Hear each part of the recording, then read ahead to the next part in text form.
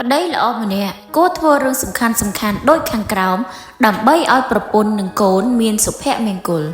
1. មានកាតព្វកិច្ចនិងទំនួលខុសត្រូវប្តីគួរជាអ្នកខិតខំរកស៊ីដើម្បីផ្គត់ផ្គង់គ្រួសារឲ្យមានអាហារសម្លៀកបំពាក់ការសិក្សា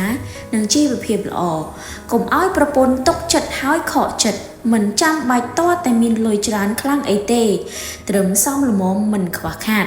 2. ស្រឡាញ់និងគោរពប្រពន្ធមិនត្រឹមតែស្រឡាញ់ទេត្រូវគោរពគំនិតនិងអារម្មណ៍របស់ប្រពន្ធផងដែរកុំប្រើពាក្យធ្ងន់ឬអំពើហិង្សា 3. ស្មោះត្រង់ភាពស្មោះត្រង់គឺសំខាន់ណាស់កុំបោកប្រាស់ឬមានទំនាក់ទំនងក្រៅព្រោះវាបំផ្លាញគ្រួសារយើងយ៉ាងធ្ងន់ធ្ងរ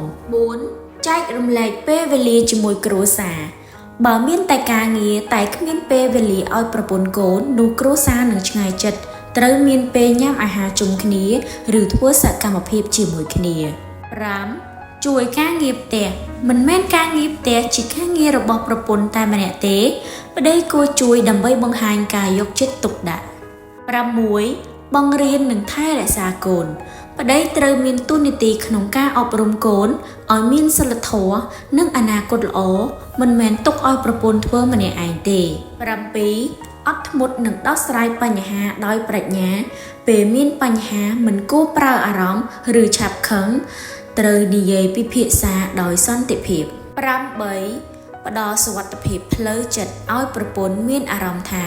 ខ្ញុំអាចពឹងពាក់បានមិនត្រូវបង្កភាពភ័យខ្លាចឬសង្ស័យក្នុងគ្រួសារប្តីល្អគឺស្រឡាញ់ស្មោះត្រង់ទំនួលខុសត្រូវនិងយកចិត្តទុកដាក់